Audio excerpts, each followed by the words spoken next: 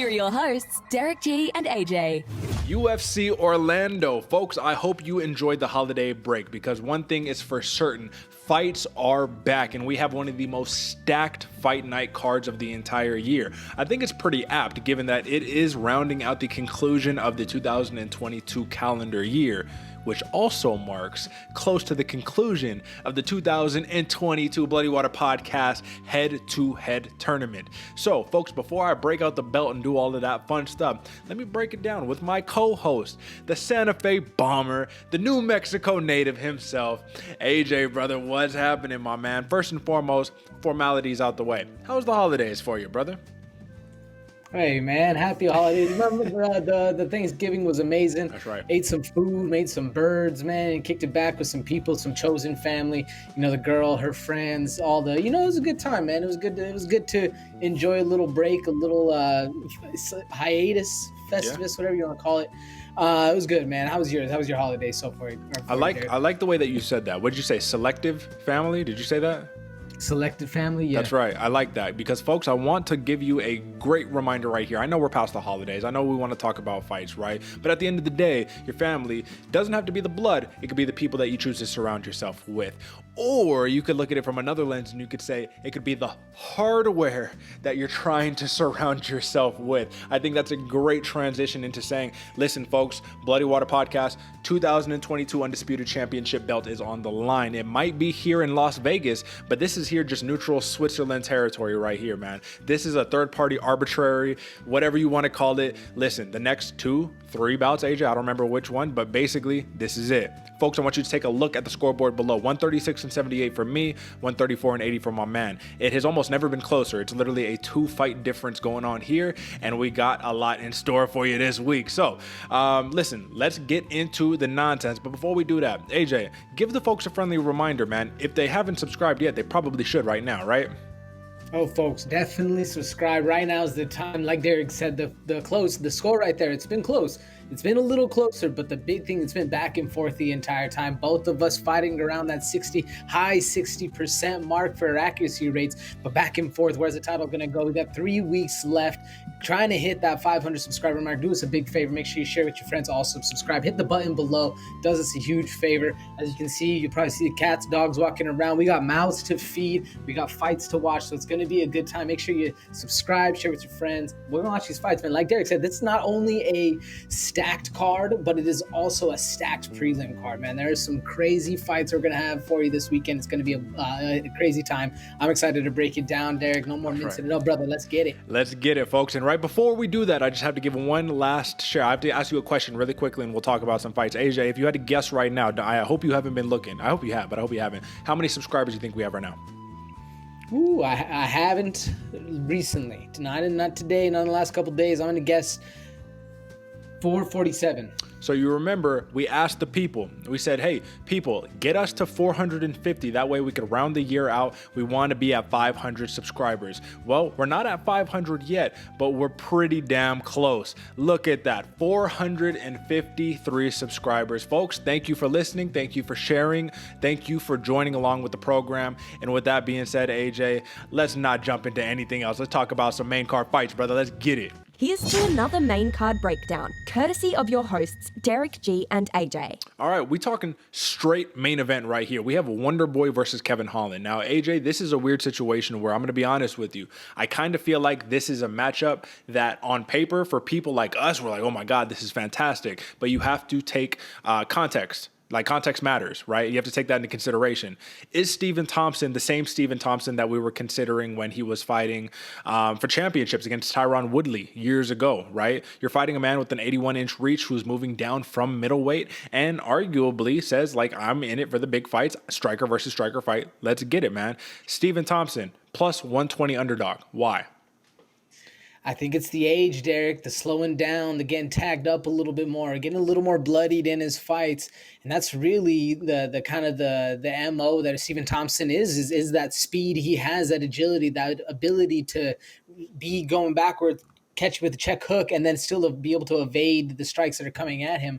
But now with his older age, man, getting tagged up a little more bloody in each one of his fights, I think that's what's causing the favoritism right here, or the points to be the way they are? Or do you think it's something else, Derick, or is it that speed we're talking about, age, if you will? I absolutely think Father Time catches up to everybody, and it doesn't help when you come off of two pretty rough losses. However, he came off of two pretty rough losses to grapplers, and now you have a striking contest here. You have literally a match made in heaven in terms of like two dudes who want to throw down, they want to bang, and they want to get it done.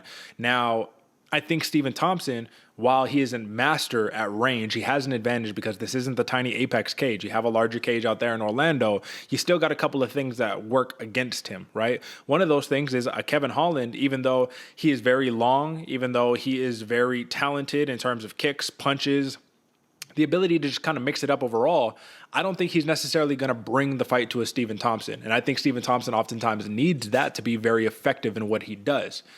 My question to you, though, kind of flipping it on its head right here, Wonderboy has alluded, Kevin Holland might be trying to throw in a couple darces. He might be trying to, take this fight down to the ground and kind of mix it up. He might not be honorable to that striking contest that they're trying to set up here. Do you think that is smart for Kevin Holland? Do you think that's the game plan for Kevin Holland? What do you think? I don't know if it's smart, Derick. I mean, we've seen a lot of people try, but to that point I was saying before, Stephen Thompson slowing down a little bit. Hopefully I eat my words and we see Stephen Thompson actually get it, but I think we might be seeing Kevin Holland come in and start shooting for some hips over here. There's only a couple ways to beat Stephen Thompson, man. You got to either disrupt his tempo, shut him down on his feet, and you're the one controlling the pacing, the speed, the agility, and get the knockout before he knocks you out or points you up in a point fight, or get him to the ground, out wrestle him, out grapple him. I don't know. Personally, I don't really see Kevin Holland out tempoing, out speeding, out striking Stephen Thompson, excuse me. What about you, Derick? Do you see him disrupting the tempo, or do you see him taking him down to the ground? Which one's a little easier, and either of those going to be the implemented game plan? Well, I think tempo is a fantastic question to think about, or an idea, I guess you could say, because my main concern about tempo going in there, and yes, do I think Kevin Holland can disrupt it? I think he has some wacky things he can do to kind of disrupt that timing of Stephen Thompson, but I think tempo is going to be important because this is a 5-round fight, right? Stephen Thompson excels in 5-round fights. I'm not saying Kevin Holland doesn't excel, but we know one is time tested and one's not. Stephen Thompson doesn't have to get off to that blazing start that you generally would in a 3-round fight. So I think he can use that to his advantage, even if his timing does get disrupted, man. If you could win the little battles, if you can outpoint them like Stephen Wonderboy Thompson does, karate point fighter, right? I think that you can have some success here. I do think, though, Kevin Holland has a point when he said it in his pre-fight presser, and I hope I'm not leaning too much into this, but I do think the difference between these two is when Holland starts to land, I think things are going to go very awry for Stephen Thompson. Let's talk about the power difference, man. I mean, Stephen Thompson had a 6-inch reach disadvantage. He's going to make up for that with his movement. We already know that. He's done that for years.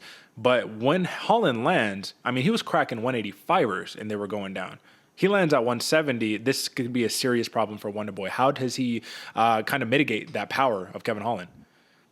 And I really, it has to fall back. If Thompson, this is one of the big things that scares me about Kevin Holland right here. If Thompson is able to use the speed and avoid and just not be there to be hit, that's really kind of his only option. Because other than that, bro, Kevin Holland has some crack on him, bro. This dude has some serious power. We've seen what he's done to Woodley, to Jacare Souza, to many of these other people that have chins, man. And the problem with Stephen Thompson right now, getting a little older, he's also getting a little not chinny, if you will, but he was hurt in a couple of recent fights. I'm trying to think of the name right now. The Brazilian guy, Derick. Who did he fight last? Who are you talking about? Wonderboy? Stephen Thompson. Yeah, the Brazilian was Gilbert Burns, but he fought Bilal Muhammad last.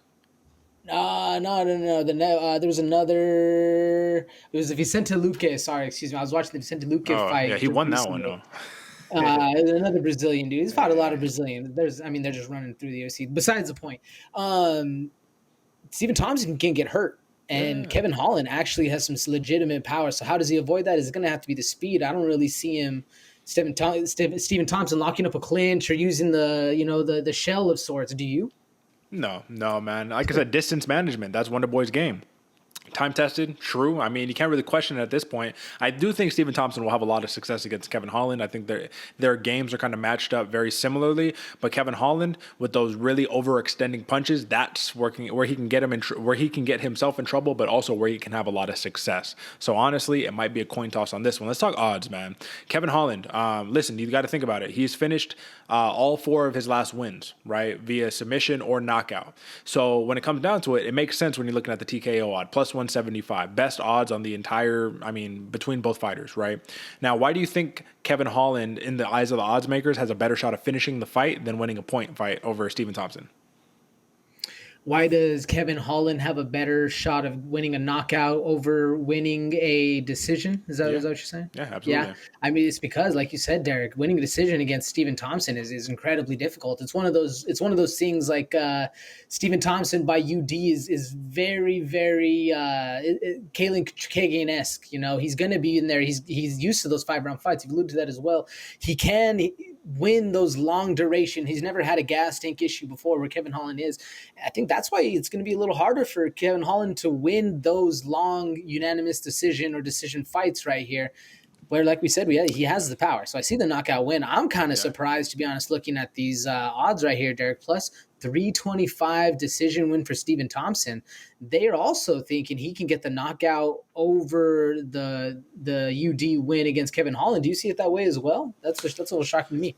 Here's the way we're going to break it down. And then, let's kind of push past this bout, man. At the end of the day, plus 350 on both ends for the decision prop, Stephen Thompson and Kevin Holland. The reason why, I think, is because Kevin Holland can mix it up and can win a decision that way. Stephen Thompson, if he's going to win a decision, we know it's going to be on the feet.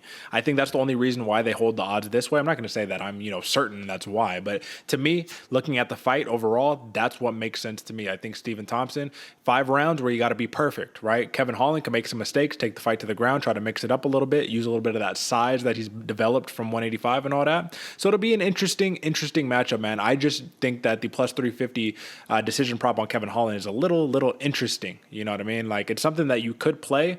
That submission prop is a little juicy right there too, man. But I like the TKO. Like I said, I truly do feel in my bones that when Kevin Holland starts to land flush on Stephen Thompson, we're going to have some problems, right? But, it's hard to count out the old dog in Stephen Wonderboy Thompson. So, looking at it, man, what do you like? Who do you like? How do you see it getting done? I'll give you mine. I like Kevin Holland. I'm going to take that TKO prop, and I'm going to go late, man. Give me like the 4th round TKO. Give me like a buildup of damage before we get him out of there. I like it, Derek, and what worries me is I can see it happen, but personally, man, I'm putting my money on Stephen Thompson, and I'm actually taking that plus 350 decision. I think that's where he's going to be, man, avoiding the trouble, maintaining the range, getting the damage done, and winning the fight where he needs to, like he has done since he's, 12 or whatever, winning point fights. Let's get it going. Since he was 15 years old, absolutely, man. And you got to think about it. This is the tale of 2 different tapes right here. Kevin Holland won his last 4 by finish. Stephen Thompson won his last 4 by decision. It's going to be an interesting one, the battle of the 2 different styles here. Over and under is 4.5 rounds. So you are taking the over. I'm taking the under. If you had to guess here, AJ, what do the odds makers favor, over and under on this one? Over. Under, my man. Plus 145 for the over, minus 175 for the under. That is your main event, folks. This is going to be a fun one. Definitely throw a little bit of something on there on whatever you feel. And if you like AJ's picks, take his. You like mine, take mine. Or you can just rock with some money line stuff, man. Plus 120 is not a bad bet for Stephen Thompson. I'm just going to put that out there. All right, folks, let's move on to a main event. By one of, a favorite here on this platform right here, man. We got Bam Bam Barberena, Bryan Barberena, but we're talking about the man, the myth, the legend, the former champion, Rafael dos Anjos, baby. Let's go.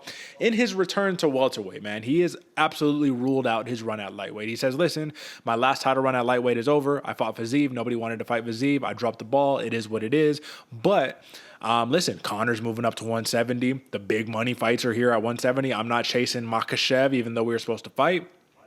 And now somehow, some way, you get lined up against a Bam Bam Barberena.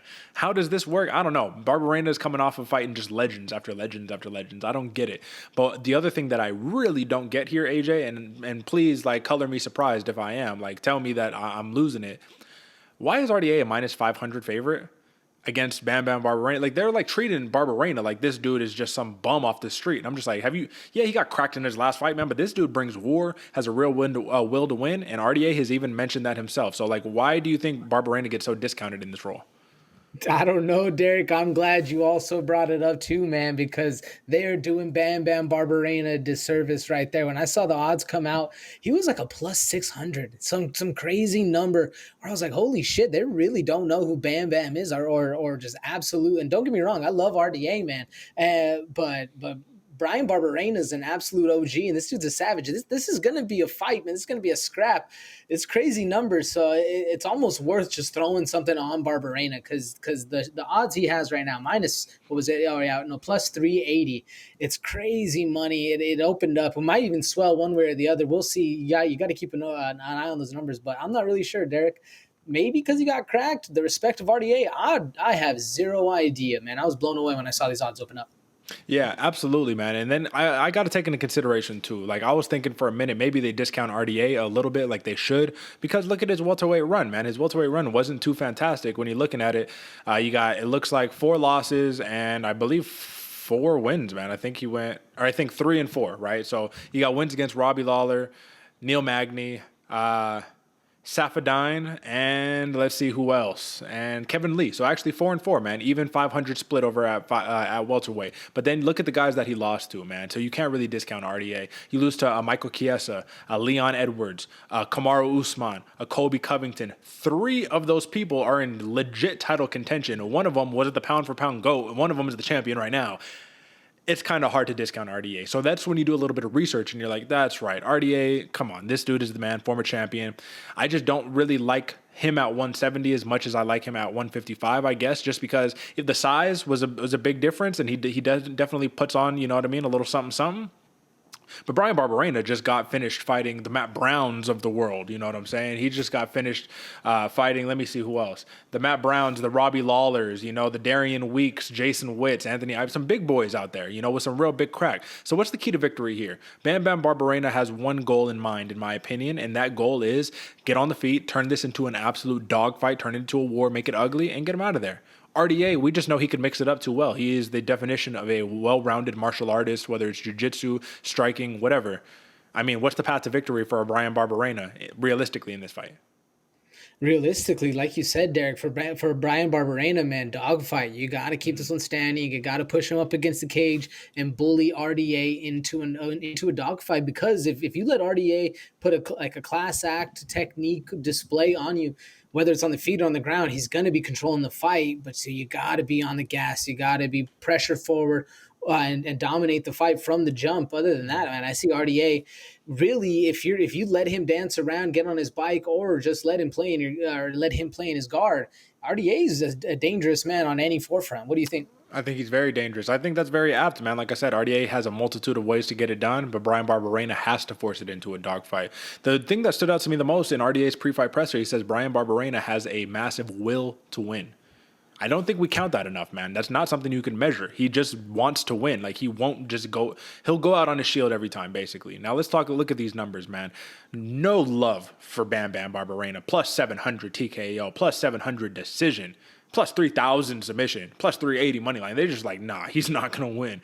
RDA, man, to me, minus 125, no value there. Why am I going to pick minus 125 there? Why am I going to pick a minus 500 here? I'm going to be honest, folks. My personal opinion, this is a stay away fight, man. This is a fight I can see Barberena actually having some type of upset win here, and I don't see enough value on RDA to actually make any worthy comeback ultimately, right?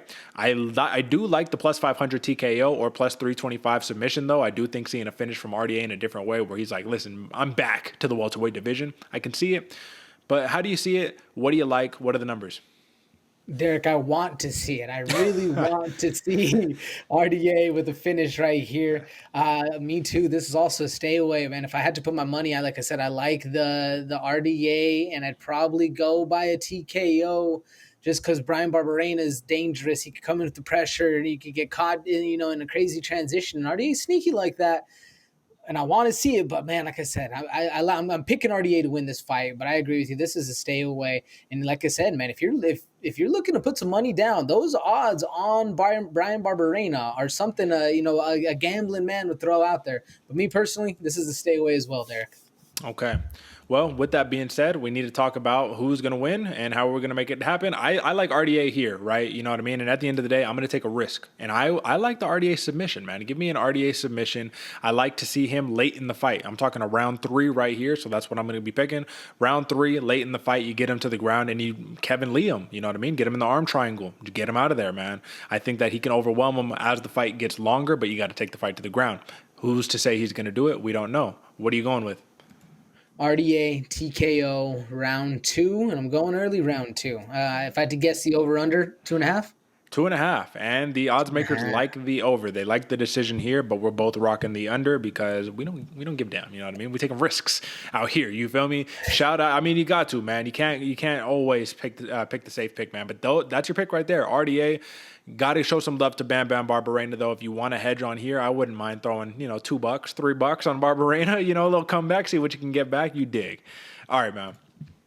Interesting matchup right here. I actually have to take a peek, AJ, because I was looking at this a couple of times, and I was like, man, I have a feeling we've talked about this fight a lot. And when I look at it, we actually haven't. So there's somebody Matt Schnell got matched up with, and he just had a bunch of different canceled fights, man. Is there anybody off the top of your head you could think of? Because I'm looking it up right now.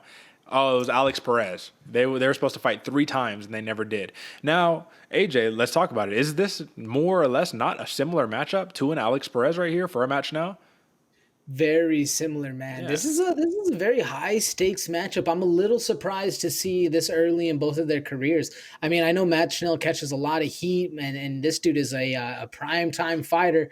But Nicolau, man, both of them are kind of early in their career. Are you surprised to see this matchup right now, or you think this is the time to fight these guys? Oh, bro, this is the time. I mean, Nicolau already fought Manel Kape. You're not going forward by fighting a Matt Schnell. Shout out to the dangerous one, Danger Matt Schnell. But Matt Schnell, I think he gets this fight because this dude arose from the dead in his last fight against Sumudaerji. Like, that's why you get the fight, because he had a massive performance. Now, did you use 3 of your 9 cat lives in that fight? Like, probably. You probably ran through a couple of those lives.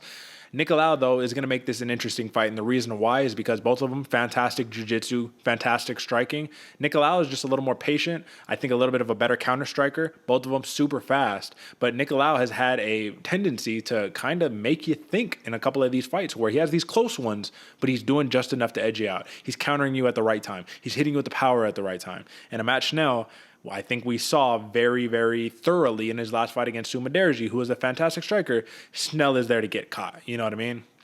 If Nicolau catches him, he also has the grappling to go in there and finish the fight. He has the grappling to control the fight. But I will say both of these dudes, I do think, prefer being off their back more than they do want to be in top control. So if you had to choose a path to victory for a Matt Schnell that doesn't involve getting knocked out and just resetting yourself and being like, I'm back, now I'm going to win this fight. I mean, how does he do it, bro? I think if Matt Schnell, and it's going to be a hard, massive mountain to climb, but if Matt Schnell does it, man, he's going to have to do it on the ground. I don't see him outstriking Nicolau, but I also really don't see him out grappling Nicolau in this one as well, because Nicolau is dangerous on the ground. But Matt Schnell is as well, man. He can throw up a lot of things and get you in some weird transitions. We saw him transition from a triangle to like an omoplata. He can throw up some crazy things. But at the same point, Nicolau is also very, very dangerous there too. That's still really the only route I see it. What about you, Derek? I mean, that's a tough route to win because Nicolau's never been submitted in his career, right? He has been knocked out once, never been submitted. I'm just looking at like the last 3-4 fights between these guys. I guess the last 5. And you can even argue Matt Schnell has a more dangerous last 5 than Nicolau does, right? For Schnell, you got Alexandre Pantoja, Tyson Nam, Rogerio Bontorin, Brandon Royval, Sumudaerji. For Nicolau, you got David Dvorak. I don't think he's in the UFC anymore. Tim Elliott, Manel Kape, Felipe Efrain, and that was out when he wasn't even in the UFC. So like if we're talking about 3 versus 5, I guess, for like UFC caliber fighters, right? Now, having 2 wins over Manel Kape and Tim Elliott, that's pretty damn impressive. But I do think this is going to come down to that striking matchup, man. Who can get more done on the feet? If there's takedowns, how do you mix them up? And I do see this one, and I'm going to let the cat out the bag, man. I have a hard time seeing this end in a finish.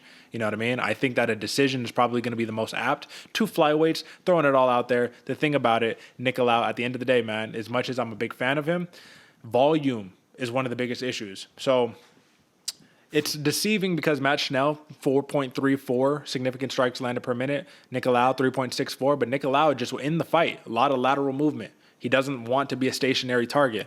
Like I said, I think that'll prove to be the difference. Let's talk these numbers here. What do you think about Matt Schnell's odds, bro? Plus 900 TKO, plus 1,400 for the sub, plus 550 for the decision. Once again, we're seeing skewed odds. I don't really know why it's that much of a lean, because I think this could be a close fight. But I do like the props on Nicolau. Which one of the Nicolau props you like the most? Yeah, they're really throwing around some crazy numbers for this Orlando card, but for the Nicolau prop, I mean, I like that TKO, that plus 275. I see it that way. I like it, but I also agree with you and the prop makers, Derek, that plus 125 seems to be the most logical decision here. And to that point, Schnell is very, very hard to put away. The one thing I do think that kind of favors Nicolau in that finish or in that TKO that I'm looking for is the fact that he can get things to the ground, distract Matt Schnell into thinking this is going to be a grappling fight after he tagged him up a little bit, and then work a ground and pound and get it finished that way. Other than that, I see this as well going to a decision. Personally, though, I'm going with Nicolau, and I'm going with that TKO, and I'm gonna say late round 3. Okay, so, I mean, shoot, man, this fight right here, it looks like, 2.5 rounds. So what are you taking? Are you taking the over?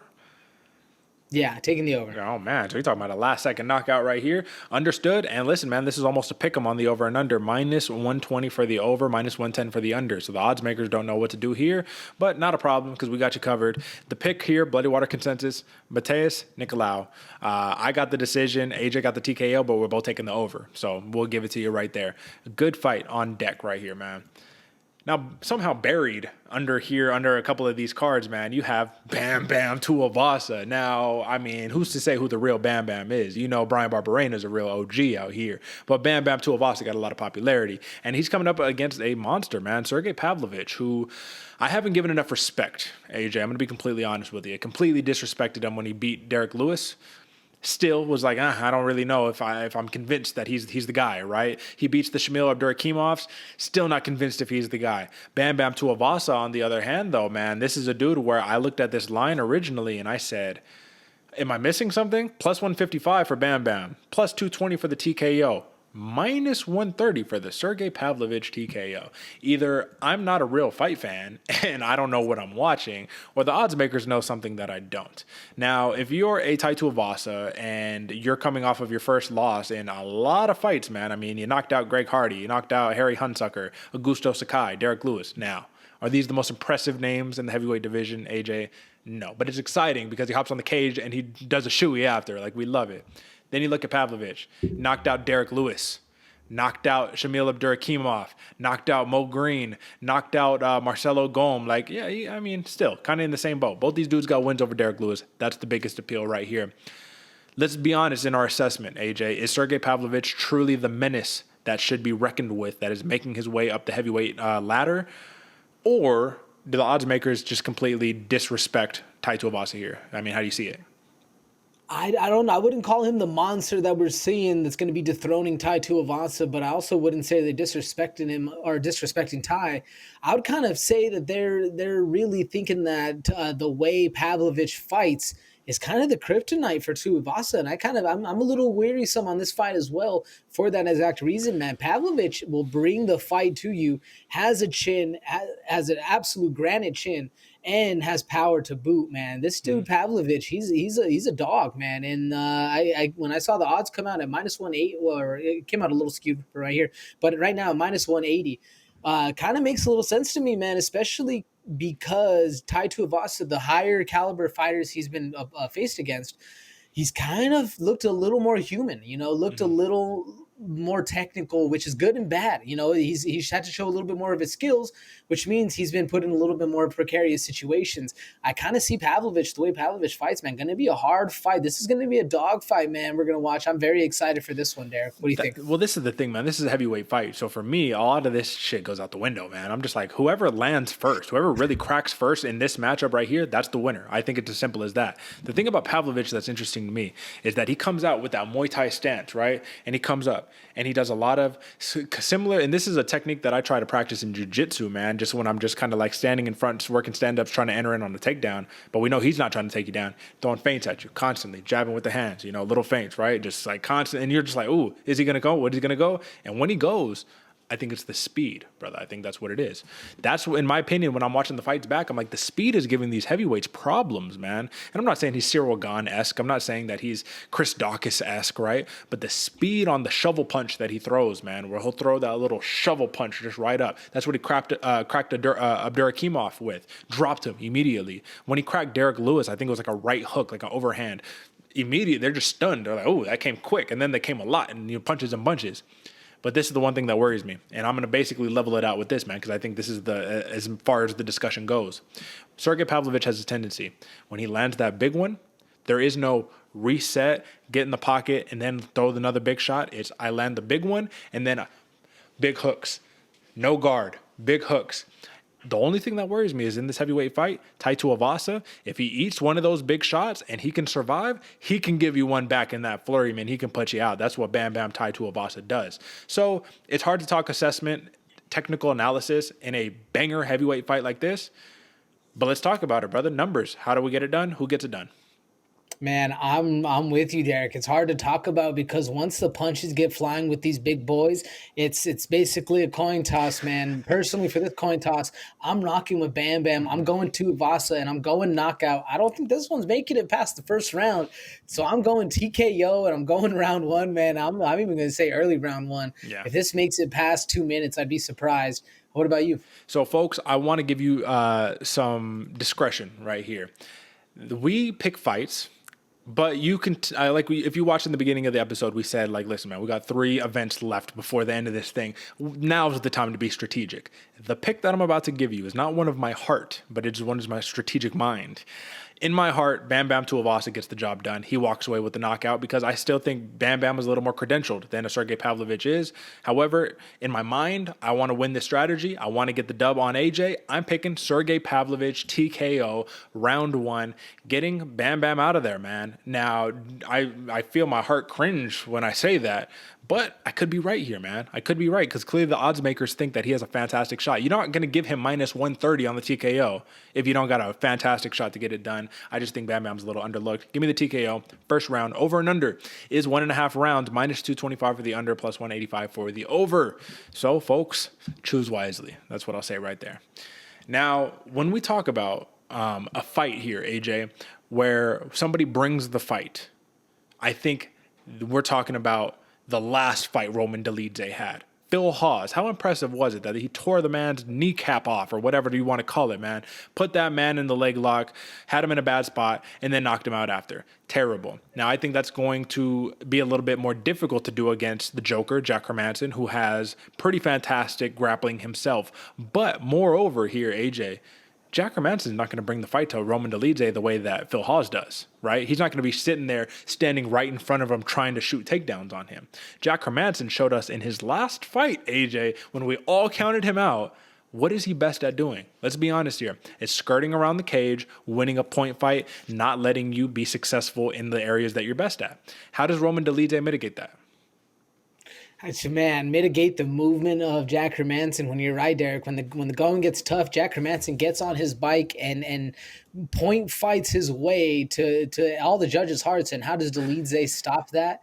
Cutting off the cage, using some angles and getting to the hips, man, getting to the clinch, really wearing down and kind of putting his own body weight, making Jack Hermansson carry the body weight of Dolidze is going to be the way to get this dude, man. Get his legs heavy, get his legs tired, put a weighted blanket on him at all times. So that way he can, when those late rounds come and you're a little tired, both people are breathing hard, that way he's just a little less willing and a little less mobile on that bike that way, because we know the bike's going to be there. That's a big problem. Do you see it another way, Derek? Yeah, catch him, knock him out. I think that's how you do it, bro. And I know that's so like it sounds dumb, right? But I'm saying like Jack Hermansson in this role in this fight, you got to be perfect for 3 rounds. Roman Dolidze only has to land 1. When it comes to the grappling, Roman Dolidze, fantastic grappler himself. And let's not forget, as soon as he started leaning into the grappling, he started having more success. Who would have known, right? As soon as he lost that fight against Trevin Giles, he was like, "Oh no, we're wrestling, bro. Like we're not doing this shit no more." And then the grappling is what got him the win against the Phil Haws of the world, right? So it's just gonna be tough, man. I find it very difficult, especially in the big cage, for him to be able to really land that perfect shot against Hermansson, given the amount of movement that he does. I like what you said. Jack Hermansson point fights his ways to every judge's heart. Like, I really like that saying because Jack Hermansson, literally, man, it's not flashy, it's not fantastic, but it's effective, and this is what he does. So my question to you before we talk about the actual X's and O's and like the numbers of this is that for Roman Dolidze to have such a phenomenal career thus far, 11-1, 3 big wins in a row over going. I mean, this one shouldn't count as much, but Laureano Starpoli, I mean, a welterweight who shouldn't have been fighting at middleweight, but he did what he did. You decisioned him. Kyle Daukaus, you ate that man up. And we're about to talk about our boy Kyle Daukaus here in a second, but you ate him up. And then Phil Haws. So you're coming off of back-to-back nasty knockouts, even though the Phil Haws should have been stopped before the knockout. But you come off of this fantastic performance just to become a plus 160 underdog with very little chances in the eyes of the odds makers to win this fight against Jack Hermansson. Is Hermansson simply that good, or is Roman Dolidze being overlooked? I think Dolidze is being overlooked in this one, man, and it really is hard to do it against the Joker. It's hard to not overlook Dolidze in this fight because Jack really is that good, and we've seen him time tested to be that good. But Dolidze is a dark horse, man, and if he can get one over on the Joker on this fight, man, and it's going to be a milestone fight for Dolidze. Mm-hmm. Don't count him out. I'm personally me. I'll give you my pick right now, Derek. I'm going Jack Hermansson. And I'm going decision, man. You know, it's we were talking about it before. It's not flashy, it's not fun, but Jack Hermansson knows how to get it done. I'm going Jack Hermansson by decision. What about you? Yeah, man. Just to give my pick, Jack Hermansson, give me him, give me the decision. Like I said, I think the movement, especially, I mean, bro, his last fight against Chris Curtis, a dude who are like on the feet, Chris Curtis is going to pick this boy apart, and there wasn't even... I mean, it wasn't even close. You know what I mean? Even we were saying, like, Jack Hermansson's going to shoot. That's how he's going to win. He's like, nah, I'll just stand up with you and just, like, pick you apart the whole fight. Like, it's not going to be a problem. Even Chris Curtis said it after the fight. He was like, bro, I couldn't catch him. I couldn't find my timing. I couldn't get the groove, right? And if he can do that against a world-class striker like the Action Man, I mean, Roman Dolidze got to load up a lot on those shots to be effective. I just think it's going to be not easy money, but I think that this is going to be a better opportunity for him to win. Now, I guess that's it, man. I guess we could move on from this fight. I guess for Roman Dolidze, my whole entire thing about it, man, dark horse, you're right. I think he could win this fight. I was telling you while the mics were cold, I was like, bro, I was literally watching film on this fight before we were recording because I'm just like, I'm so back and forth on it. Just know, folks, if you want to throw a hedge on any one of these fights, Roman Dolidze is the guy that I like to throw a hedge on right here. So, all right, man. Now it is time. Your boy, Eryk Anders versus... our boy, I guess your boy more. I like Chris a little bit better, but shout out to Kyle Daukaus, man. Come on, man. Jujutero right here. This is a dude who, listen, like he's looking to get back into the win column. The dude is looking to have a little more success in his career. He isn't quite following the trajectory of his brother, but he is in a position to bounce back after that Roman Dolidze loss, man. And I think that this is the fight for him to be able to do it. Now, this is a fight, AJ, that's been keeping me up at night.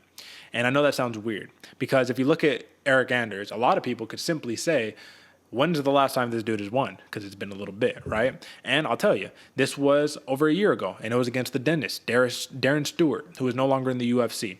Since then, he has lost a armbar submission against Andre Muniz. You can't be mad at that. Andre Muniz submits everybody. And he lost a it was a close fight, man. A split decision against the Iron Turtle, Jun Young Park. Here's my question to you. This is what's been keeping me up at night. As an individual who has rolled with Eryk Anders, myself, right? Like, this dude's fucking big, bro. He's strong. He's strong as shit, right? And these dudes are fighting at 185 pounds, man. I'm not the biggest guy myself, but, like, Eryk Anders do not walk around at 185 pounds. This is a big boy. Kyle Daukaus, on the other hand, he's long and lanky, right? Which has advantages and disadvantages. The question that I am having here is that, can Kyle Daukaus just put the backpack on Eryk Anders and we can call it a night? Can he do that? Given, I do think there's going to be a pretty substantial strength difference in this matchup. And if there's one thing that I can tell you from my own experience, from the world of jiu-jitsu to the fans, to the supporters of the show, to you yourself, AJ, strength matters, bro. I know everyone says it doesn't. Strength fucking matters, man. Like, if you're really technical and really strong, oh, you're a monster, right? If you're really technical and not very strong, you might have some trouble against some of these guys, some of the big boys, right? So you tell me, answer that question for me. Can Kyle Daukaus simply just put the backpack on him and call it a night, or is it going to be a little more difficult than that? It is going to be a little more difficult than that, Derek, but there's a reason they call him the Darce Knight. Kyle Daukaus, he is very, very dangerous in the grappling, and he can get things done. Put the backpack on him. That would be interesting to see. I can see it happening. I can see it getting done. Kyle Daukaus, he's a force to be reckoned with, but you're right, Derek. Eryk Anders is absolutely thick. Homeboy is when you just see him fighting any of the big guys, when he actually walks in that day, you know he's 15, 20 pounds heavier than on weigh-in. So it's going to be a big, big problem for Daukaus to be fighting. But the thing is, Daukaus trains with this big bro. You know he's in there having the big bodies. I forget where they fight out of. But they're training, man. You know they're out there in Philly with some big boys. So I don't know. I do think the weight will be an issue, and I think the strength, yeah, right. There is a big strength differential here going against Daukaus. I will think come into play, but early, late, I think Kyle Daukaus can make the best of it and actually change things around into his favor. We'll see, though. I don't know. This is a very close fight. Man, this whole card, first off, is very, very close. So this is another very close fight for me, too. Another question for you. If Jun Young Park, the Iron Turtle, a man who can grapple anybody and everybody in the division, a man who has success against everybody in grappling, could not do that to Eryk Anders, what gives us the thought that Kyle Daukaus can?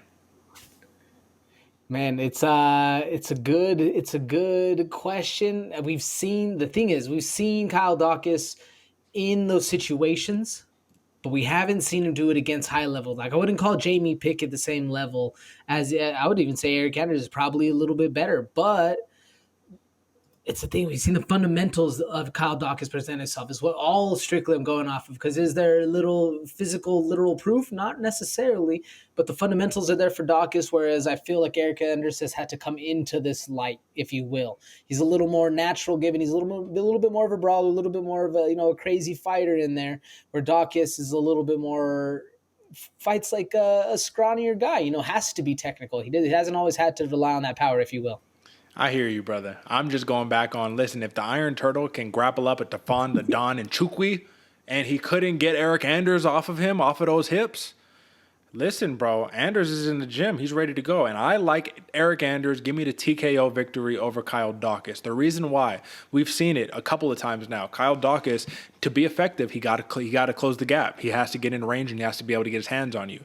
Well, there's one thing that is an issue when you're trying to close the gap. You might get caught. And when he gets caught, there's not a lot of recovery here. And when you're going against one of the biggest middleweights, I'm talking about a dude who was literally just fighting at light heavyweight, I think it's an extra presented challenge. So I'm going to let my pick out the bag, man. Give me the Eryk Anders plus 550 TKO. That is looking juicy as hell. Give me that all day long. And I want a second round TKO. So that's what I'm going to call it. How are you calling it, brother? You do all, Derek. I also got to prelude this one, man. This is another fight where I've been going back and forth with for quite a while. And as much as I think Eryk Anders can win this fight, I'm rocking with the Daukaus boys, man. I'm going back to Philly, rocking, and I'm going with the submission. Plus 315 submission for Kyle Daukaus. I'm going to do it round 2. What did you say the over-under was? 2.5 rounds, brother. And I'm taking the under then. That's right. I'm taking the under, man. Early round 2. That's right. Both of us with the under. Minus 175 for the over, actually. And plus 145 for the under. Listen, I'm just going to say this, man. If I was going to pick for Kyle Daukaus, I would pick submission victory as well. So I'm with you right there. But I like Eryk, your boy, Anders. All right, man. That was a stacked and packed 6-fight main card that we just broke down for you guys. And let's go over a little bit of recap.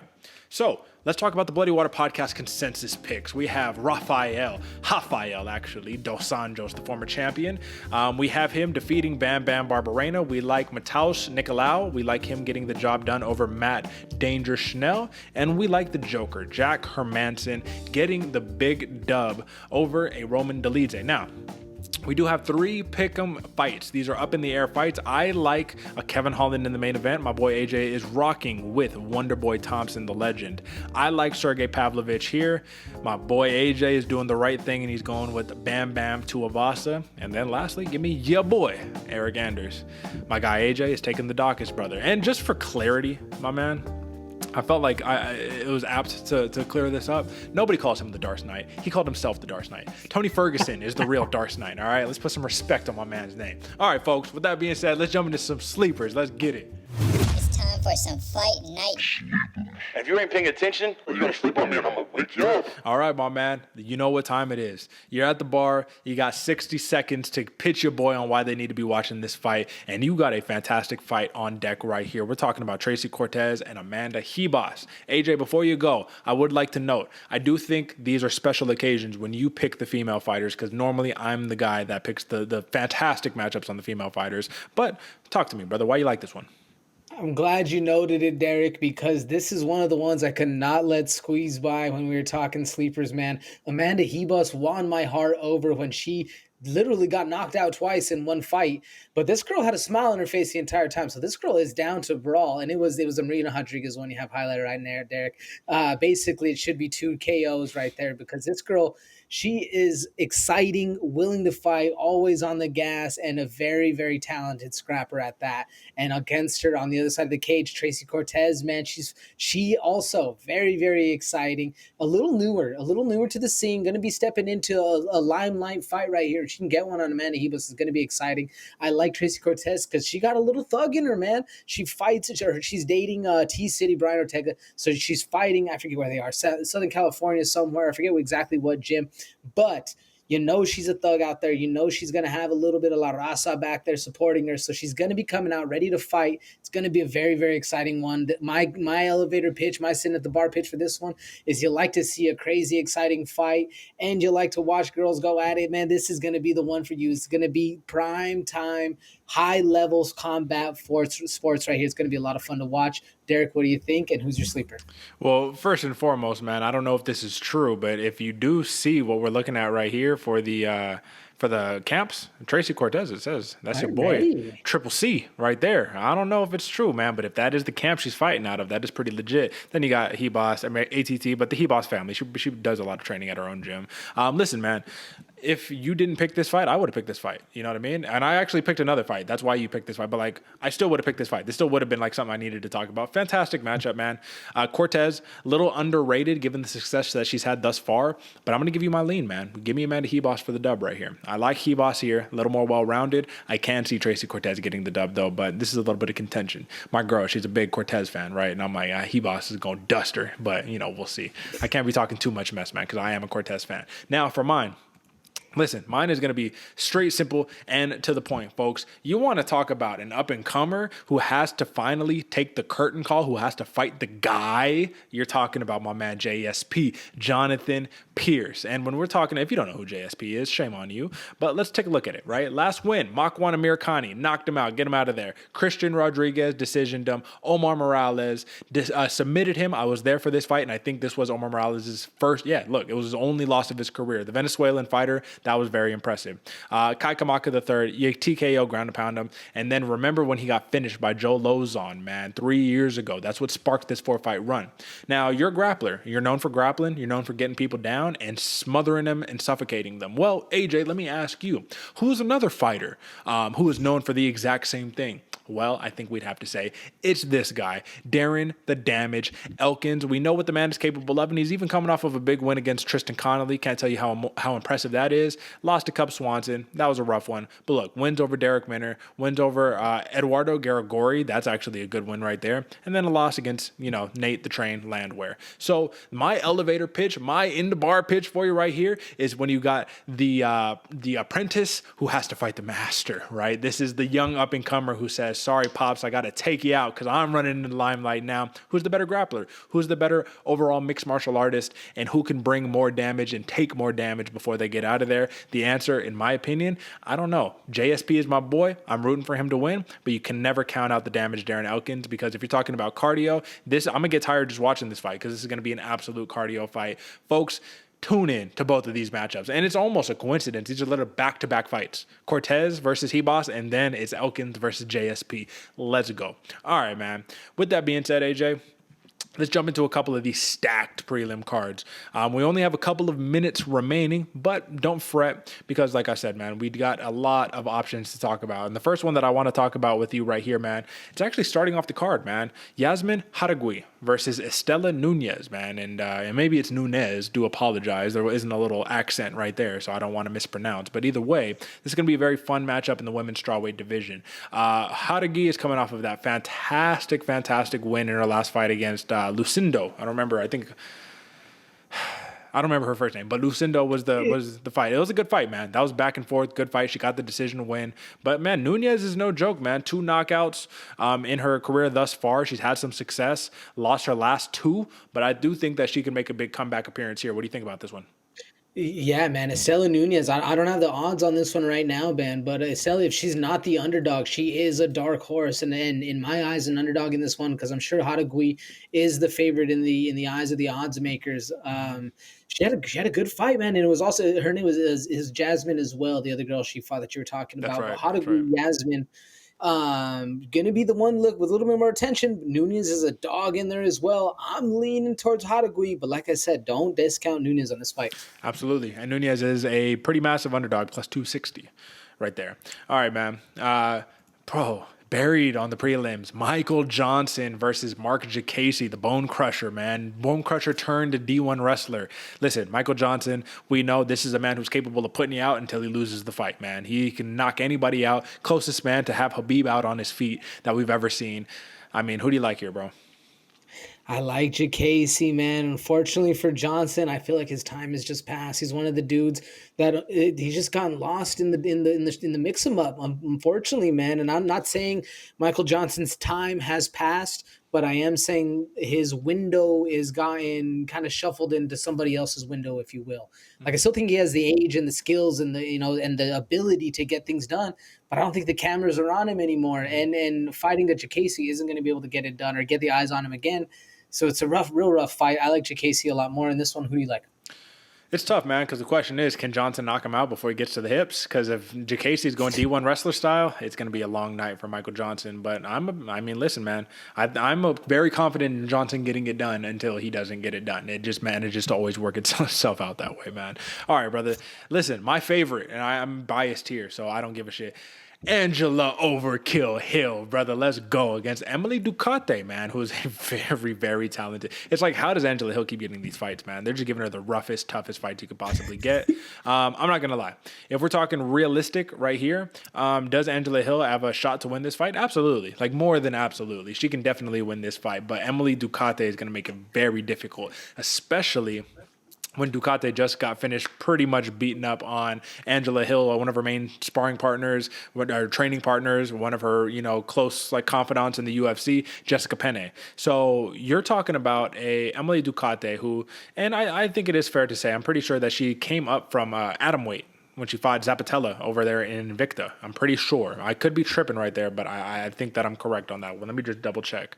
She was a strawweight, 115 pounds. I'm not looking at Topology right now, so I don't know. But either way, the whole point, you're coming off of a title win in Invicta. You come into the UFC. You get a kind of favorable matchup against Jessica Penne. You get the dub, and all of a sudden, you're like almost top 15, if not top 15.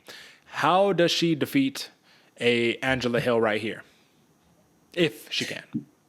If she can, I think it's going to have to be that pressure, man. Ducote is a very, very formidable opponent when the pressure's on her side. When the things are going her way and it's her fight, she's very, very on her game. And we've seen Angela Hill, unfortunately, fight up and down to the level of her opponent. If she's not on her game that night, man, we don't see Overkill come out. I think Ducote can run away with this fight being on the front foot and being the one making the decisions in there while you're letting an Angela Hill react to you. And to answer your question earlier, Derick, Ducote was a 115 in Invicta. champion. Okay, so maybe Zampatello was going up a weight. I don't know. Either way, the point is, man, when it comes down to it, if there's grappling involved and Ducati can really put some pressure grappling-wise, we'll see. Angela Hill's been working a lot on her grappling. I'd like to see even more further improvements, man, because think about it. You fought Ashley Yoder, Tisha Torres, Amanda Lemos, Vina Janjadova, and Luby Godeni. Literally 5 grapplers in a row. Give her a striker, please. You know what I'm saying? Like, give her a Wonderboy type fight. I like Angela Hill. Let's go, man. Give me Overkill Hill for the dub right here. And then the last two, just give me quick takes, man. 1 sentence opinions on this. The Carpenter, Clay Guida, he's back against Scott Holtzman. Who gets it done? How'd they get it done? I like, man, I love Clay Guida, but I like Scott Holtzman in this fight, man. It's going to be interesting to see. Never discount Clay, but I like Holtzman. What about you? I'm going to pick Guida just because I'm rocking with the legends here, man. It's tough for me. I mean, listen, Cardio King, Clay Guida, you're going to be jumping up and down the whole entire fight. Like, let's go, bro. All right, lastly, man, we haven't seen the man in action in a long time. This is a very, very, very tough fight to call. I don't know who to pick here, but I like both guys. Nico, the hybrid Price versus Phil, the Fresh Prince Rowe. Who gets it done? A very hard fight to call, man. Oh, fuck. I like Nico Price, but I'm gonna go Philip Rowe, man. I'm going Fresh Prince. Mm-hmm. Very close fight. This is a stay away for me personally, Derek. What about you? I'm literally in the same exact boat, and it's almost funny because I was gonna do the same thing. I was like, man, I love me some Nico Price, but I gotta go with the Fresh Prince Rowe. I might regret it, but I think Phil Rowe gets it done. And with that being said, folks, that is your entire card. Now, we didn't talk about 2 fights. That's okay. You guys could watch them yourself. But there was a lot of fights that we just broke down. That's the whole entire point. We hit the important ones. You already know what time it is. And with that being said, folks, let's commemorate. If by the next time that we drop an episode, I'm not talking about Monday, but for the next preview show, get us to 460 subscribers, well on our way to 500 subscribers. You already know what time it is.